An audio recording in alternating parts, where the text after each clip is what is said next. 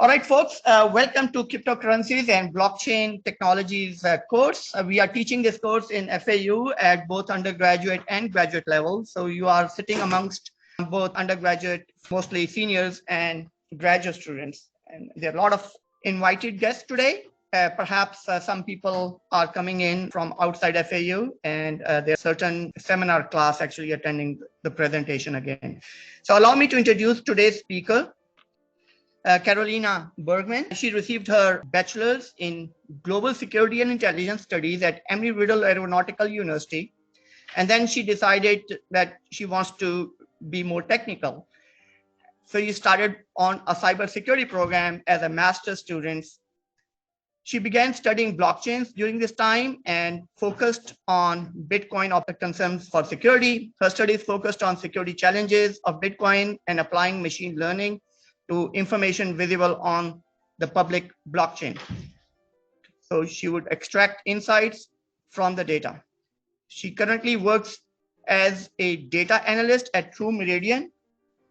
She's located in California. True Meridian is located in Tampa. It's a typical 2022 company and performs research on upcoming information security challenges. So thank you for joining us and giving us your time. Carolina, go ahead. It's all yours. All right. Well, thank you. It's nice to be here. All right. So I'm here right now today to talk about revealing and concealing techniques over Bitcoin. Just doing a survey of what techniques exist to both uncover identities and to hide them. So to start off, Bitcoin has a lot of different users who are using the platform for a variety of different reasons, as tech enthusiasts to investors, and unfortunately, it has a large reputation for being used by criminals because it has certain privacy elements to it. So billions of dollars each year are being used for criminal activities over Bitcoin in uses such as money laundering, ransomware, scams, or payments to dark websites for illegal goods or activities. Therefore, there is a tug of war between groups such as law enforcement who want to overcome Bitcoin's privacy elements to reveal users' identities, and groups who want to remain concealed for whatever reason. These different opposed camps have created a wide variety of techniques for either remaining hidden or uncovering identities over Bitcoin, and we will cover those in these presentations. So first, I'll go over a little background of cases of criminal use, why people consider this very important, and why this works in Bitcoin. And then afterwards, I will go over the different revealing techniques, then the different concealing techniques, then a few counter-concealing techniques, and then finally I'll conclude on the current state of this revealer-concealer struggle. First, a recent report by the blockchain company Chainalysis found that in 2020, there were almost $8 billion worth of Bitcoin or cryptocurrencies that were spent in criminal activity, and this ballooned to a record-setting $14 billion worth in 2021. However, due to this happening because Bitcoin itself expanded as a currency, it is both a record-setting high value dollars worth of criminal activity and a record-setting low percentage of criminal activity, forming only 0.15% of total Bitcoin transactions. However, because this is so much money's worth of criminal activity, cryptocurrencies and Bitcoin in particular have become a particular focus of different regulatory and other groups, such as last year, the Treasury Secretary Yellen had declared cryptocurrencies and Bitcoin in particular as a particular concern when it came to financing criminal activity. And just this month, the FBI created a new virtual asset exploitation unit specifically to train its own agents and other law enforcement agencies in how to investigate the use of cryptocurrency in crimes that they are already researching. So clearly, lots of people in high places believe that this is a large and a growing area to be concerned about. And it's for reasons such as this, because criminals clearly believe that Bitcoin will give them a certain level of anonymity that they can use to safely withdraw their ill-gotten gains. This example is from 2020. Some of you may remember a lot of Twitter addresses were hacked, and the people behind this decided to post very publicly this Bitcoin address to tell people to send their funds to so that they could steal it. So clearly, these people believed that Bitcoin would allow them to withdraw these funds because this is a very public declaration of what they were doing. However, these individuals were very quickly caught and very quickly arrested. However, even more skilled criminals can still be caught in the system. Just this month, 2 suspects were arrested for laundering money that was stolen in 2016 on the hack of the cryptocurrency exchange Bitfinex. They, however, used a lot of more sophisticated techniques in an attempt to hide this money and hide its link to them. We don't have the full details on how the FBI discovered this because the case has not gone into court yet, but the suspects have allegedly routed these Bitcoin coins through dark web sites, so in an attempt to hide who owned these addresses.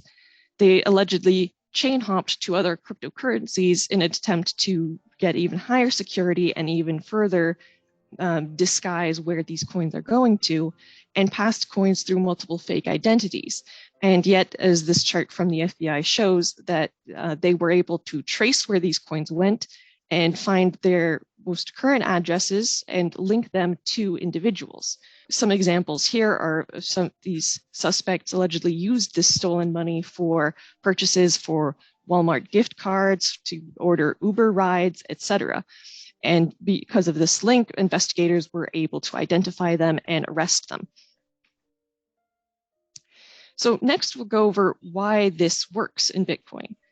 And to begin with, the most infamous trait in Bitcoin that gives its reputation for being able to hide individuals is that Bitcoin itself does not collect any identifying information. Instead, identities are only identified through an address or a hash of a public key, and these are used in the Bitcoin system. This was originally designed for privacy in order to give Bitcoin users a certain element of privacy because all of these addresses are contained and kept forever in a public-facing ledger, so anyone can see them. So use of addresses rather than identities gives some privacy to the individual users. And despite all talk of coins, Bitcoin doesn't have any sort of actual coin, electronic or otherwise, only this record of transactions. And the system is trusted because all of these transactions and the addresses involved in them are available for everyone to review in this public ledger. So therefore, while addresses are used instead of identities, all this information is public, it is permanent, it can be viewed at any time. So there's more of a layer of pseudonymity rather than true anonymity, but this trait is still used or abused by criminals in an attempt to hide their identities to conduct criminal transactions. Fortunately for the revealers, however, this public ledger and the high linkage of Bitcoin transactions means that it is rather easy to continue to look at illegal funds sent through the network.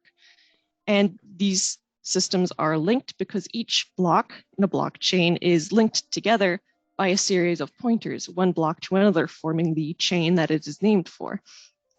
Similarly, each transaction contains a pointer to previous transactions.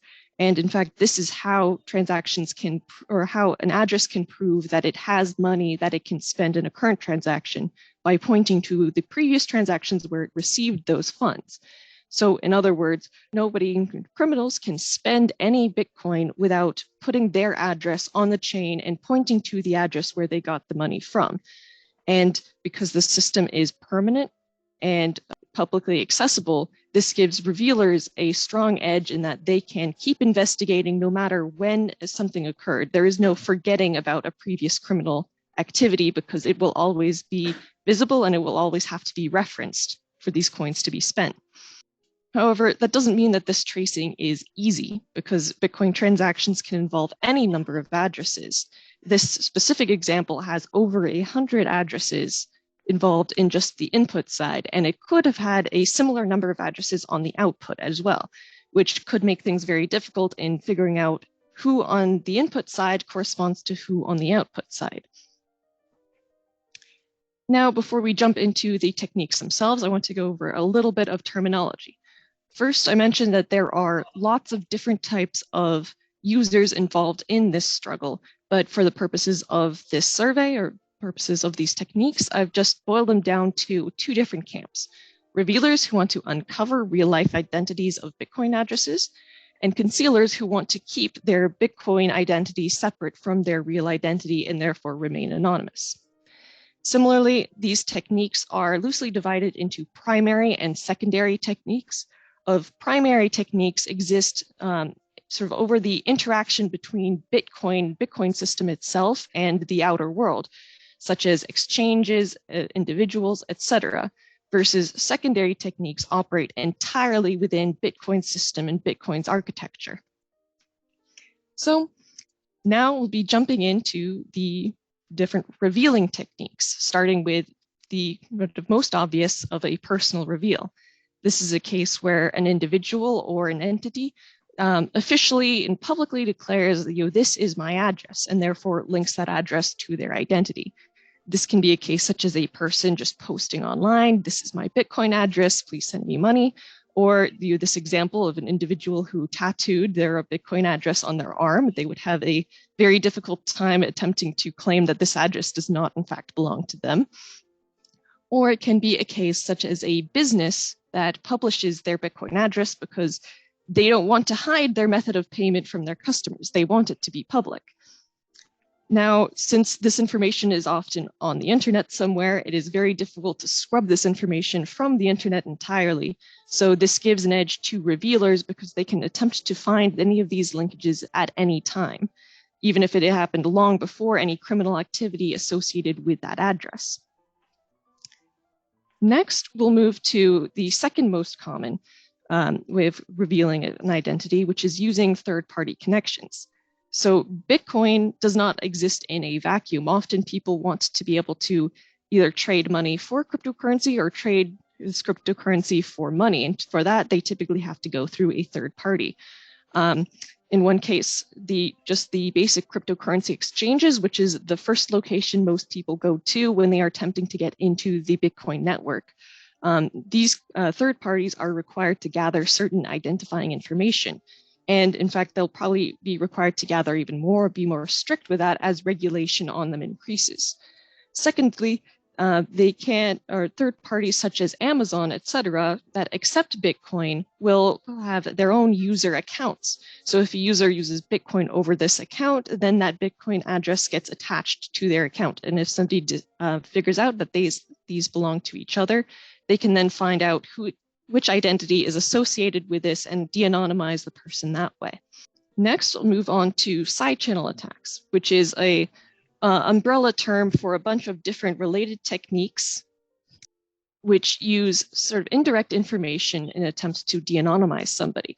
This can be an example such as correlating user behavior, times of activity, such as if someone sees that a Bitcoin address is reliably active at the same time as, say, a Twitter address or another identifiable account, then these two can be linked and the revealer can draw a conclusion that these two are likely the same individual and de-anonymize the person that way. Otherwise, a revealer can collect certain things like location data, IP address, etc., and use that to narrow down who might be the owner or the creator of Bitcoin transactions, and therefore who must be the owner of a certain address.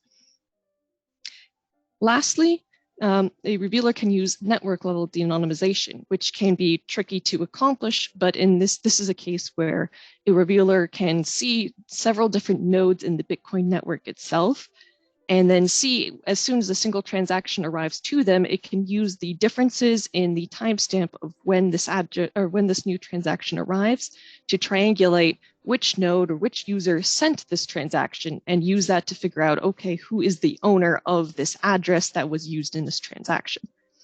Next, we'll be moving on to the concealing techniques that people have come up with in an attempt to foil these previously shown revealing techniques. And the first is the first sort of hurdle to get into the Bitcoin network without leaving any identifiable traces, which is attempting to buy Bitcoin anonymously. Now, there are a few different ways of doing this. Some of them are becoming more or less common as, again, regulation increases. But one of the common ones that is becoming more difficult these days is to use Bitcoin ATMs. A lot of them are being removed, so this has become more difficult. But in this case, users who want to remain concealed are advised to find a Bitcoin ATM, pay cash so that there is no identifiable information with their input, and then get a physical wallet printed out, which is just the address and public and private key printed on a piece of paper, so that the Bitcoin ATM doesn't have any information such as an email address that they can associate now with this address, with this Bitcoin address. However, as I said, this is becoming more difficult. Another strategy can be to attempt to find an individual and trade cash or another unidentifiable payment for an existing Bitcoin address that already has a certain amount of Bitcoin funds associated with it. And a third is a very unlikely but possible attempt is that a concealer could attempt to set up their own mining node and then hope that they could mine a block ahead of the industrial scale mining operations in order to collect a fresh minted strings-free Bitcoin reward. However, if a user does leave any information while attempting to enter the Bitcoin network, they can use this next technique, which is generating a new address or generating several, because this is a technique that can be used infinitely.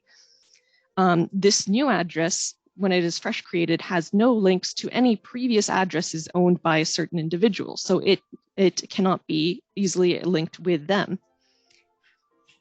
And as I said, this is infinite, so a person can continue creating new addresses and discarding them once they believe they have been compromised, or create multiple new addresses and hope that since there are no links between them, they can confuse anyone watching the ledger by just shuffling it around several different addresses so that it is not clear who owns which one. However, well, first, this was advised by Satoshi, the creator of Bitcoin, as a technique that everyone should use to maintain their privacy.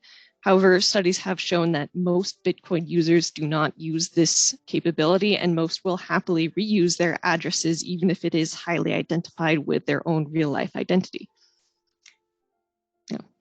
The one problem with generating new addresses is because these new addresses are not at all linked to previous identified addresses, it also means that these new addresses do not control any of the funds associated with older addresses. So a user has to find some way to move their funds from an identified address to a new unidentified one.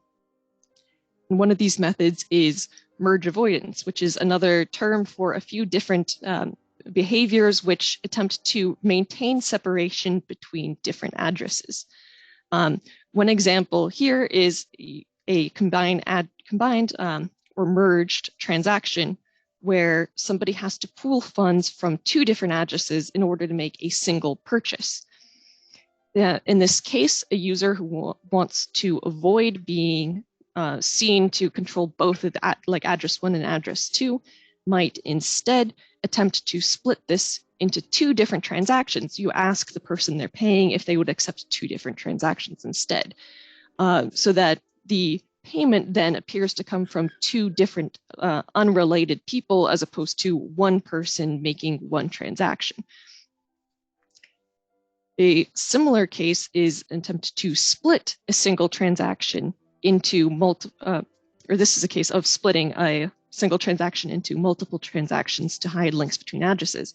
But a similar inverse case is attempting to combine multiple transactions into one single Bitcoin transaction, where somebody might include multiple of their addresses and multiple other people's output addresses so that it becomes less clear that these are all the same person on the input side, or make it more confusing as to who on the output side corresponds to the people on the input. So next we get into mixing, which is the same theories as merge avoidance of that combination of transactions, except writ large or done on an almost industrial scale. Mixing is meant to confuse tracking or tracking attempts by involving as many addresses as possible for as many rounds as possible, and in some ways playing a giant shell game of trying to move coins and addresses around rapidly enough that it confuses any tracker and makes them unable to follow a single address into a mixer and then know who to trace out of the mixer.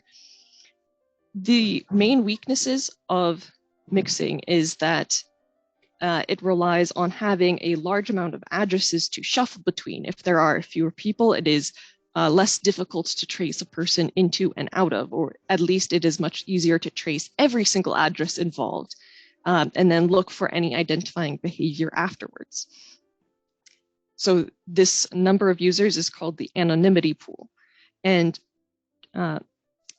however, if they use variable values in a mixer, then it becomes very simple to see which input address corresponds to each output address.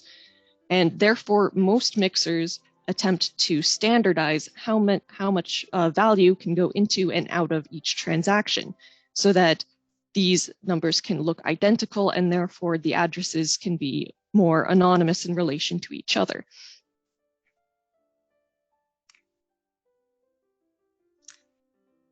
So this is an example of just a standardized set where it becomes much more difficult to figure out which address on each side corresponds to the address on the other side. And mixing attempts to run this for multiple transactions in a row so that it becomes even more difficult. The first round of mixing, one can feasibly follow every address involved and attempt to de-anonymize them later. But after multiple rounds, that rapidly expands how many addresses a concealer would have to follow and makes it a lot more difficult in attempts to trace people. So mixing has, fittingly enough, mixed success at throwing revealers off the trail. It largely depends on how much time and resources a given revealer has to throw at this problem. If they can trace every single address involved, or if they have much better computing power to attempt to find any correlation or any revealing evidence in these transactions, etc. However, mixing has another large, almost self-inflicted problem. Because these numbers have to be standardized, it makes it difficult for the mixer to charge a fee from all of the users to pay itself. And mixers are a business, they will not do this for free. So one method that most high-level mixers use in order to maintain this standard number and maintain the anonymity of their users is that they will, on occasion, absorb an entire address's worth of Bitcoins and send it to themselves instead of the intended output address that was sent in by this user. So this maintains the standard number of Bitcoin being traded on the input and the output side.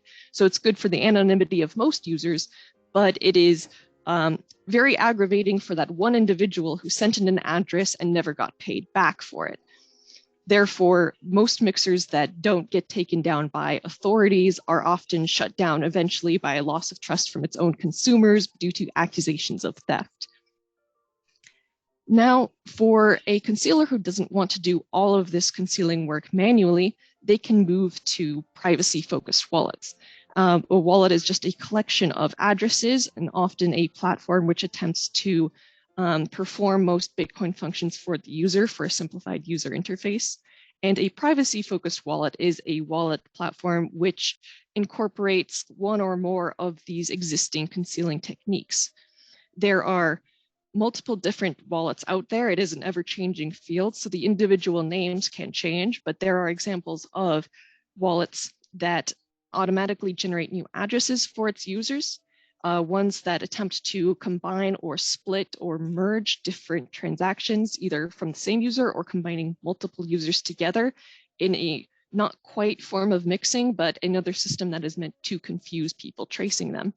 And there are wallets that automatically mix transactions when a user is not actively using their funds.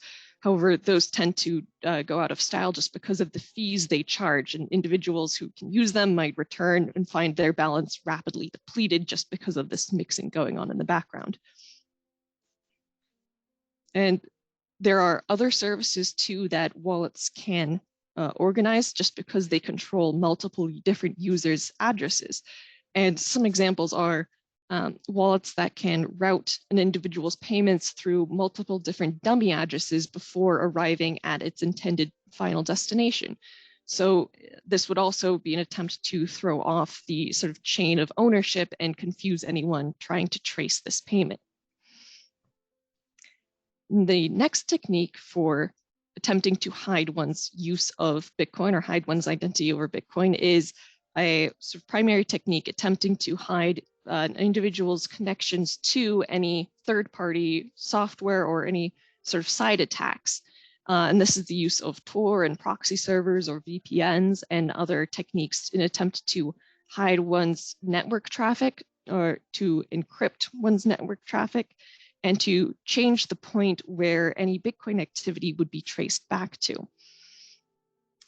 In this way, people attempt to avoid things such as their IP address being identified and used to de-anonymize them, or to change where their physical address seems to be located, etc. And now, the last technique is an attempt to sidestep Bitcoin's public ledger, etc., entirely by trading through altcoins. Sometimes called chain hopping, is an attempt to jump to a different cryptocurrency's blockchain. Now, this system is a lot easier once somebody has Bitcoin. If it's easier to go from one cryptocurrency to another than from a fiat currency to a cryptocurrency.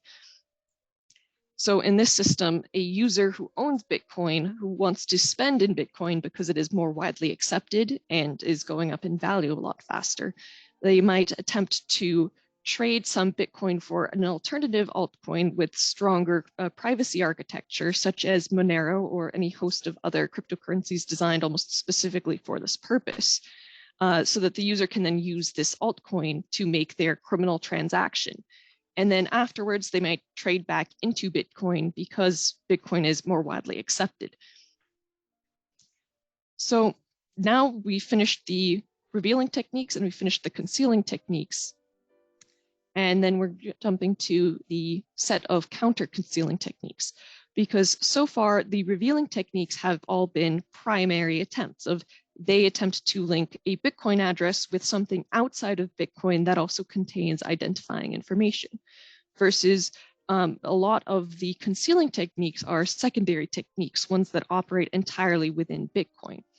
So for revealing techniques, if they want to attach a known Bitcoin address that can be identified to a Bitcoin address that has not yet been identified, they use this technique, which is address clustering. This is any set of any combination of hundreds of different algorithms which attempt to analyze Bitcoin data from the blockchain and figure out what are the linkages between addresses and what can be inferred to be shared ownership in order to trace one individual even through multiple anonymous addresses. So here's one picture from a famous paper on this subject, which I like just for its name. But this is an attempt for running over the entire blockchain and then clustering different addresses together. So in this, all of the gray dots are individual addresses or clusters of addresses that are believed to have the same identity. And each line is a transaction between different addresses. The largest and publicly available or publicly identifiable addresses have been labeled in this, including a lot of cryptocurrency exchanges or common sites. You can see one of these is a gambling service that has a lot of very small transactions with it, and includes other organizations such as the Silk Road, which was a dark web market selling illegal activities or illegal items, which was shut down, largely used from using a lot of the revealing techniques shown in this presentation. So address clustering often depends on multiple different idioms or habits of use that are involved in the use of Bitcoin, such as the use of shared spending, where two addresses pool together their funds to make a single purchase. And as shown earlier in merge avoidance, this is often used to determine that the same individual owns both of these addresses, and therefore they can be clustered together. A second measurement can be taint analysis, which is the analysis of how often two different addresses appear together or appear in the same transaction, either both spending for the same transaction or simply a payment to one address ending up frequently in a second address. And that can give insight as to what the relationship between these addresses are. Another idiom of use is the use of change addresses, which is an address, maybe perhaps a similar address is one used as the input of a payment that is used to send funds back that are over a purchase amount to the original owner, or the change of a transaction. And those sort of transactions, if detected, can give good insight as to who owns this change address and link it to the input addresses. So now we've covered the different revealing and concealing techniques, and it becomes apparent that certain techniques seem to be designed specifically to counter other techniques, and vice versa. So I've created a chart here of the different interactions between these techniques and indicated whether it is a primary activity or a secondary activity. So this first chart is a table of how different revealing techniques are made to counter different specific concealing techniques. And then the second chart is the inverse of different concealing techniques, which are designed to counter specific revealing techniques. There is a little bit of overlap, as a lot of these techniques are rather umbrellas over a variety of different techniques that follow a similar theme, so that some of them can both counter and be countered by another technique, depending on the specifics of the individual interaction. Now we've reached the conclusion of there's a variety of revealing techniques, variety of concealing techniques, and these are locked in a constant struggle that is unlikely to end until Bitcoin itself does. However, the underlying architecture of Bitcoin is unlikely to change and unlikely to benefit one side or another more than it currently does, whether out of a desire for the Bitcoin developers to remain neutral, or simply because they don't want to slow the Bitcoin system down by adding a lot of privacy or security techniques such as encryption or additional steps, because the Bitcoin system itself is already rather slow compared to existing payment methods, and it is unlikely they'd want to slow it down even further. While Bitcoin itself is unlikely to change, the techniques themselves here are unlikely to change very much, but the individual landscape of the revealer concealer struggle is changing constantly as each side discovers, researches, and then works to counteract what the other side is currently doing. So different mixers are created, different mixers go out of business or are closed down and arrested. Different wallets are created and then abandoned, and new legislation, especially recently, arrives and changes the landscape, such as increasing know your customer laws, requiring groups such as exchanges to collect identifying information that law enforcement can then subpoena from them to identify Bitcoin address owners. So this is a struggle that is unlikely to change too much, but it is getting increased focus in recent years, and especially this year, from law enforcement and other large law enforcement or regulatory organizations. So that covers all of these different techniques, and I hope it has been a good introduction to this revealer-concealer struggle, and thank you all for listening. Are there any questions? Okay, so I think the way we will handle